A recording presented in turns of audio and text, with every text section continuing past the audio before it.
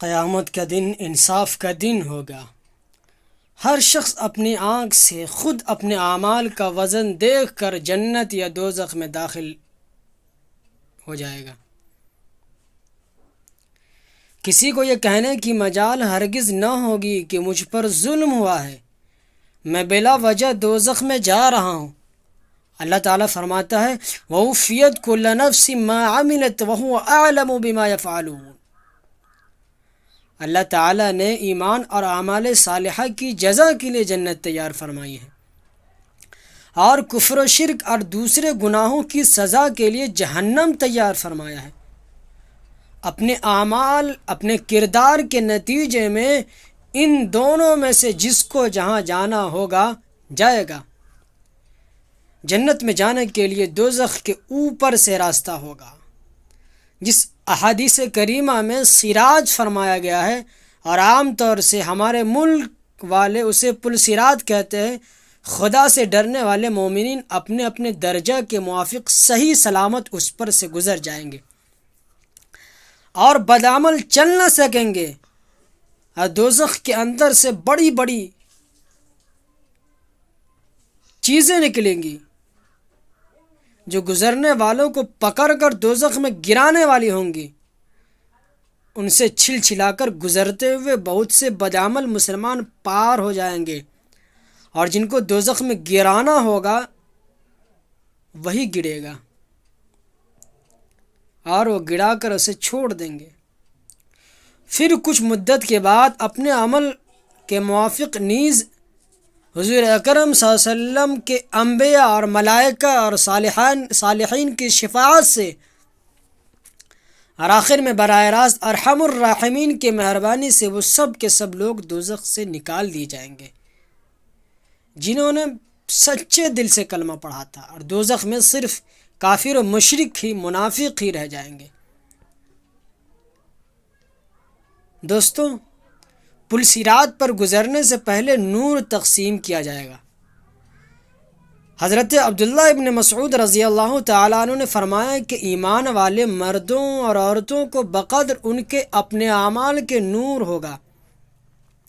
جس کی روشنی میں پل صراط پر سے وہ گزریں گے اور اسے پار کریں گے، اور یہ نور اللہ تعالیٰ کی طرف سے جنت کا راستہ بتانے والا ہوگا۔ ان میں سے کسی کا نور پہاڑ کی برابر ہوگا، کسی کا نور کھجور کے درخت کے برابر ہوگا، اور سب سے کم نور اس شخص کا ہوگا جس کا نور صرف انگوٹھے پر ٹمٹماتے ہوئے چراغ کی طرح ہوگا، جو کبھی بجھ جائے گا اور کبھی روشن ہو جائے گا۔ اللہ تعالیٰ قرآن کے اندر فرماتا یوم تری المؤمنین والمؤمنات یسعی نورہم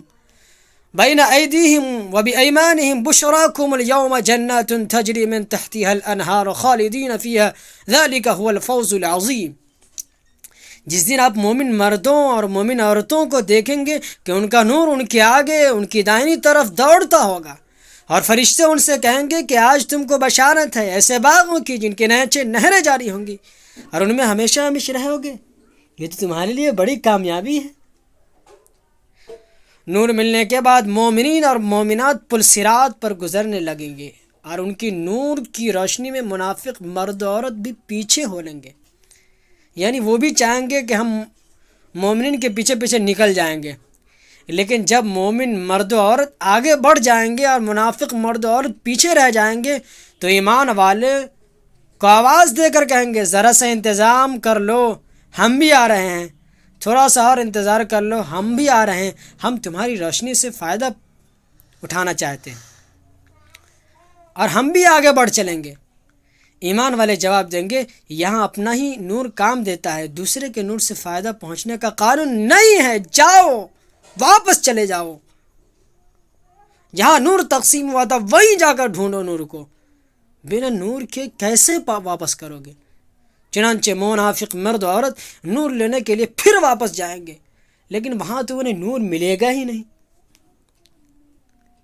لہذا پھر ایمان والوں کا سہارا لینے کے لیے دوڑیں گے،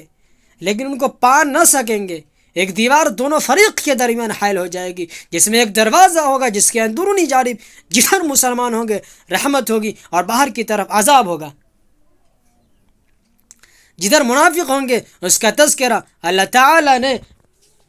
تعالیٰ نے مذکورہ بالا آیت کے اندر سورہ حدید کے اندر ارشاد فرمائے یوم یقول المنافقون والمنافقات للذین آمنوا، جس روز منافق مرد اور عورتیں ایمان والوں سے کہیں گے کہ ہمارا انتظار کر لو تاکہ ہم بھی تمہارے ساتھ نور کی روشنی حاصل کر لیں، لیکن ان کو جواب ملے گا تم اپنے پیچھے لوٹ جاؤ، پھر وہاں سے نور کی روشنی تلاش کرو۔ پھر دونوں فریق کے درمیان ایک دیوار قائم کر دی جائے گی جس میں ایک دروازہ بھی ہوگا، اس کے اندرونی جانب رحمت ہوگی اور باہر کی جانب عذاب ہوگا۔ اس بے پناہ مصیبت اور حیرانی و پریشانی میں پھنس کر کوئی بجانے کی صورت منافقین نہ پائیں گے، اور ایمان والوں کو آواز دے کر مہربانی کرنے کی دلیل بیان کرتے ہوئے کہیں گے کہ ہم تو دنیا میں تمہارے ساتھی تھے، تمہارے ساتھ نماز پڑھتے تھے اور روزے رکھتے تھے، اب حق رفاقت آپ حضرات کو یاد کرنی چاہیے۔ قرآن مجید میں منافقین کی بات کو اس طرح بیان کیا گیا ہے یونادونہم الم نکم معکم، منافقین ایمان والوں کو پکاریں گے کہ کیا ہم تمہارے ساتھ نہ تھے؟ مسلمان جواب دیں گے بلا، ہاں یہ تو صحیح ہے کہ تم دنیا میں ہمارے ساتھ تھے، لیکن سیاستاً مصلحتاً ساتھ ہو گئے تھے، دل سے تو تمہارے ساتھ نہیں تھے میرے، تم نے اپنے جانوں کو نفاق کے فتنے میں ڈال کر ہلاک کر دیا تھا، اور تم منتظر رہا کرتے تھے کہ دیکھیے محمد صلی اللہ علیہ وسلم اور ان کے ساتھی کب ختم ہوں، اور تم کو اسلام کے حق میں ہونے میں شک رہا، اور تم کو بیہودہ تمناؤں نے دھوکہ میں ڈال رکھا تھا، یہاں تک کہ تم تک اللہ کا حکم یعنی موت آ پہنچا، اور تم کو دھوکہ دینے والی یعنی شیطان نے اللہ کے بارے میں دھوکہ میں ڈال دے رکھا تھا۔ آگے اللہ تعالیٰ فرمائے گا فَالْيَوْمَ لَا يُؤْخَذُ مِنْكُمْ فِدْيَةٌ،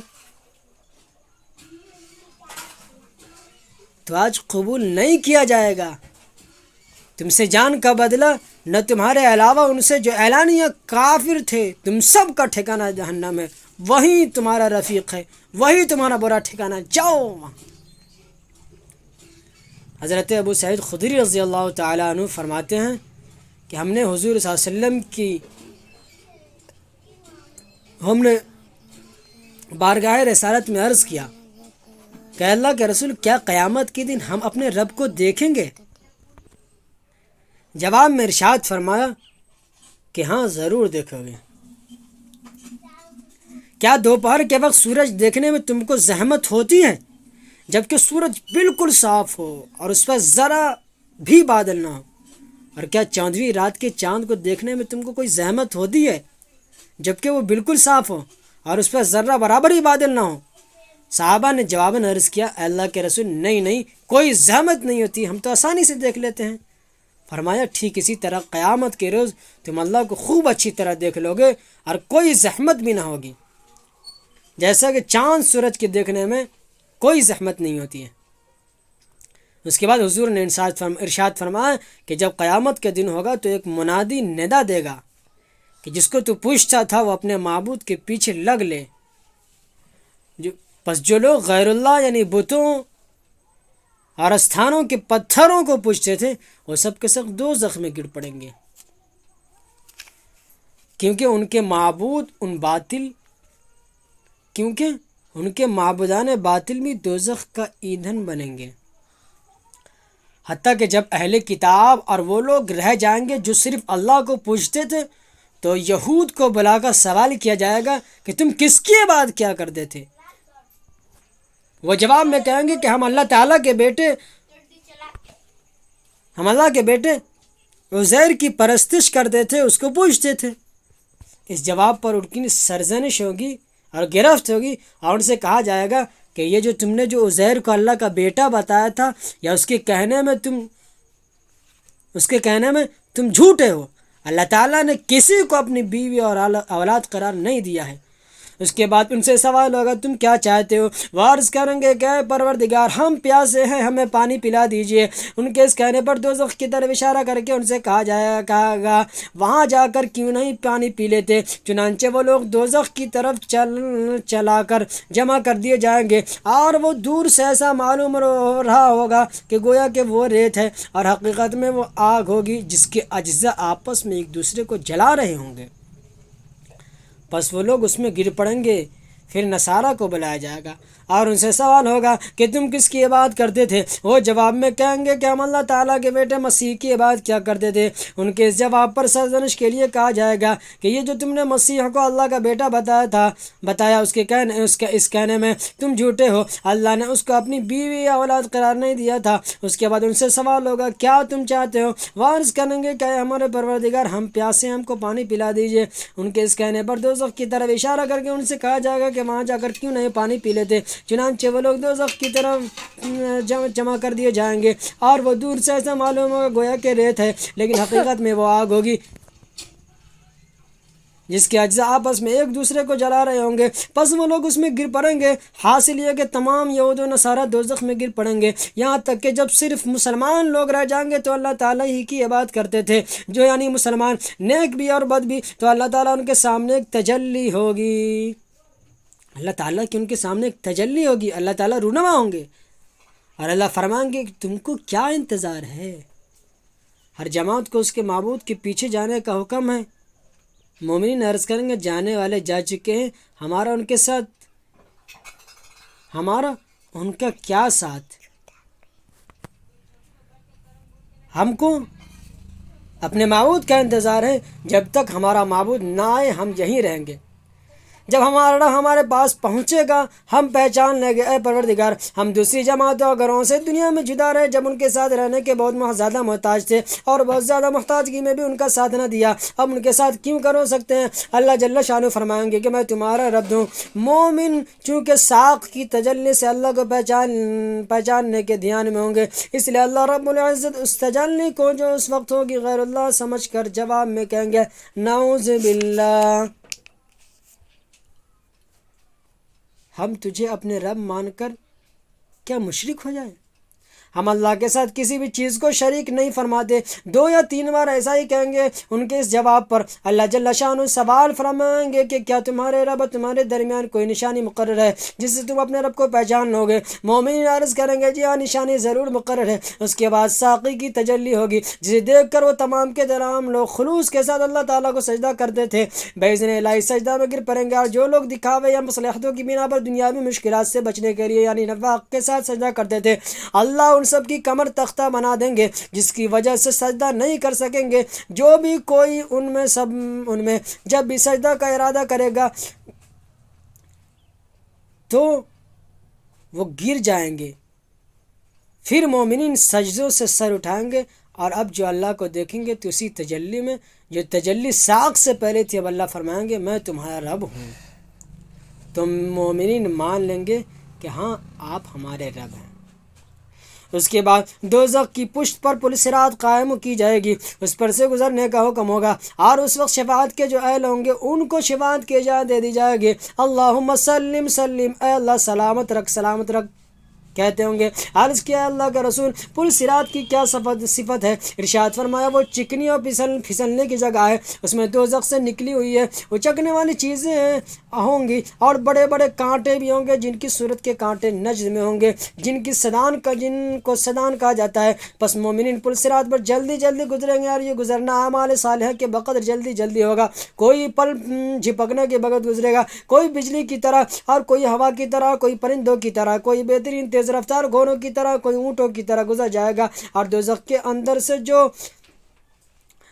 سنڈاسیاں اور کانٹے نکلے ہوئے ہوں گے وہ کھینچ کر دوزخ میں گرانے کی کوشش کریں گے۔ نتیجہ یہ ہوگا کہ بہت سے مسلم مومنین سلامتی کے ساتھ نجات پا کر رہا ہو جائیں گے، اور بہت سے ایمان والے گزرتے ہوئے چھل چھل کر چھوٹ جائیں گے، اور بہت سے دوزخ کی آگ میں ڈھکیل دیے جائیں گے، یہاں تک کہ جب نیک ایمان والے دوزخ سے بچ جائیں گے تو میں اس ذات کی قسم کھا کر کہتا ہوں جس کے قبض میں میری جان ہے، کہ تم یہاں اس دنیا میں اللہ تعالیٰ سے حق لینے کے بارے میں ایسی مضبوطی کے ساتھ بات کرنے والے نہیں ہو جیسا کہ دوزخ سے بچ کر پل صراط پار ہو جانے والے۔ مومنین اپنے ان بھائیوں کے لیے جو دوزخ میں گر چکے ہوں گے اللہ تعالیٰ سے مضبوطی کے ساتھ سفارش کریں گے۔ دوسری روایت میں آتا ہے کہ حضور اکرم صلی اللہ علیہ وسلم نے اس موقع پر فرمایا کہ دنیا میں جو حق تمہارا کسی کے ذمے معلوم ہو جائے تو اس حق کو حاصل کرنے کے لیے جیسی سختی مطالبہ کرتے ہو، اس روز اللہ تعالیٰ سے جو ایمان والے اپنی دوزخی بھائیوں کے لیے جس روز سے مطالبہ کریں گے، تمہارے اتنی زور سے مطالبہ کریں گے کہ تمہارے دنیاوی مطالبہ سے بہت زوردار ہوگا۔ جبکہ مومنین یہ دیکھ لیں گے کہ ہم نجات پا چکے ہیں، بارگاہ الہی میں عرض کریں گے کہ اے ہمارے رب، اے ہمارے پروردگار، یہ لوگ جو دوزخ میں گناہوں کی وجہ سے گر گئے ہیں، ہمارے ساتھ روزے رکھتے تھے، ہمارے ساتھ نماز پڑھتے تھے، ہمارے ساتھ حج کرتے تھے، اب بھی ان کو ہمارے ساتھ جنت میں داخل کر دیجئے۔ ارشاد ہوگا تم جسے پہچانتے ہو ان کو نکال لو، چنانچہ وہ ان کو نکالنے کے لیے روانہ ہوں گے اور ان کے جسم دوزخ کی آگ پر حرام کر دیے جائیں گے، یعنی دوزخ کی آگ ان نکالنے والوں کو نہ جلا سکے گی۔ نتیجہ یہ ہوگا کہ وہ لوگ دوزخ میں سے بھاری تعداد میں لوگ نکلیں گے اور ان دوزخیوں میں سے کسی کو آگ نے آدھی پنڈلی اور کسی کو گھٹنے تک پکڑا ہوگا۔ پھر مومنین بارگاہ خداوندی میں عرض کریں گے کہ اے ہمارے رب، آپ نے جن لوگوں کے نکالنے کے متعلق حکم دیا تھا ان میں سے اب کوئی بھی دوزخ میں باقی نہیں رہا۔ ارشاد ربانی ہوگا جاؤ دوزخ میں جو کوئی ایسا بھی ملے جس کے دل میں دینار کے برابر خیر ہو اس کو بھی نکال لو۔ چنانچہ مومن اس ارشاد ربانی کے مطابق بھاری تعداد میں لوگوں کو نکال لیں گے، پھر عرض کریں گے کہ اے رب دوزخ میں ہم میں سے کوئی نہیں چھوٹا ہے جن کے نکالنے کے بارے میں آپ نے حکم فرمایا تھا۔ اس کے بعد اللہ تعالیٰ کا ارشاد ربانی ہوگا کہ جاؤ جس کے دل میں آدھے دینار کے برابر بھی خیر ہو اس کو بھی نکال لو۔ چنانچہ اس ارشاد کے بعد بھی مومنین بھاری تعداد میں لوگوں کو دوزخ سے نکالیں گے، پھر عرض کریں گے کہ اے رب ہم نے دوزخ میں سے سب کو نکال لیا، کسی کو نہیں چھوڑا، یعنی کہ نکالنے کے بارے میں آپ نے حکم دیا تھا۔ اس کے بعد اللہ تعالیٰ فرمائے گا جاؤ جس کے دل میں ذرہ برابر بھی خیر ہو اس کو بھی نکال لو۔ چنانچہ پھر بھاری تعداد میں وہ لوگوں کو نکالیں گے، پھر عرض کریں گے کہ اے ہمارے پروردگار ہم نے دوزخ میں کوئی ذرہ خیر والا نہیں چھوڑا۔ اب اللہ تعالیٰ فرمائیں گے کہ فرشتوں نے شفاعت کر لی، نبیوں نے شفاعت کر لی، ایمان والوں نے شفاعت کر لی، اب بس ارحم الراحمین ہی باقی ہے۔ اللہ جل شانہ یہ فرما کر دوزخ میں سے ایک مٹھی بھریں گے،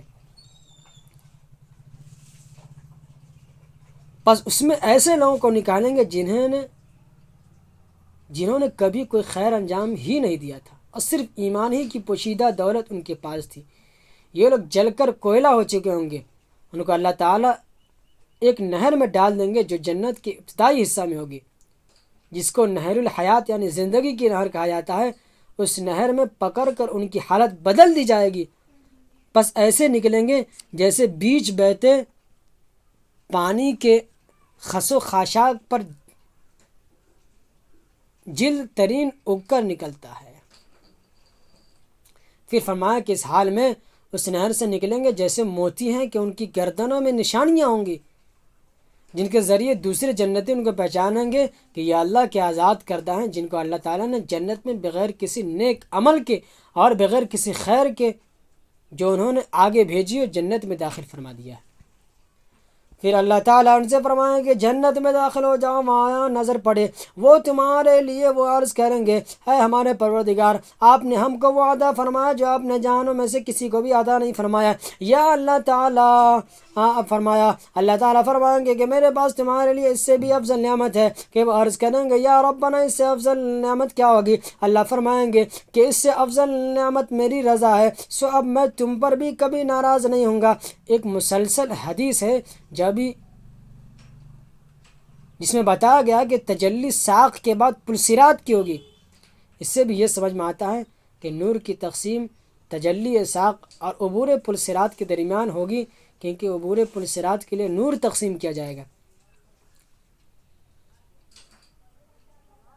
اس حدیث مبارک سے پل صراط اور اس پر گزرنے والوں کا مفصل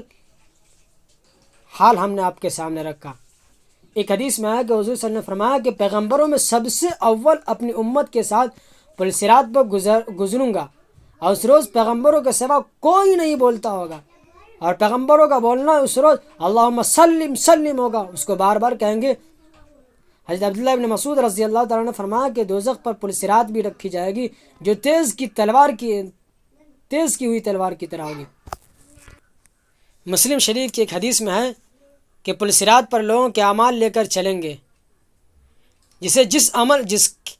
جس کے عمل ہوں گے اسی انداز سے تیز اور سست اور رفتار ہوگا، اور سست رفتاروں کی حالت یہاں تک پہنچ جائے گی کہ بعض گزرنے والے ایسے ہوں گے کہ گھسڑتے ہوئے چلیں گے۔ اس طرح لوگوں کا حال ہوگا۔ پھر حضور اکرم صلی اللہ علیہ وسلم نے فرمایا کہ قیامت کے دن تمام پیغمبروں سے زیادہ میرے طریقے پر چلنے والے موجود ہوں گے، اور میں سب سے پہلے جنت کا دروازہ کھلوانے کے لیے کھٹکھٹاؤں گا۔ حضور نے فرمایا کہ میں قیامت کے روز جنت کے دروازے پر آ کر کھولنے کو کہوں گا، داروغہ جنت سوال کرے گا آپ کون ہو؟ میں جواب دوں گا کہ میں محمد ہوں۔ یہ سن کر وہ کہے گا مجھے یہی حکم ہوا ہے کہ آپ کے لیے کھولوں، اور آپ سے پہلے کسی کے لیے نہ کھولوں گا۔ نیز ارشاد فرمایا کہ سب سے پہلے جنت کے دروازے کے حلقوں کو ملاؤں، پس اللہ تعالیٰ میرے لیے جنت کے دروازے کھول دیں گے، مجھے داخل فرمائیں گے، اور میرے ساتھ مومنین فقراء ہوں گے۔ اور میں یہ فخریہ بیان نہیں کرتا،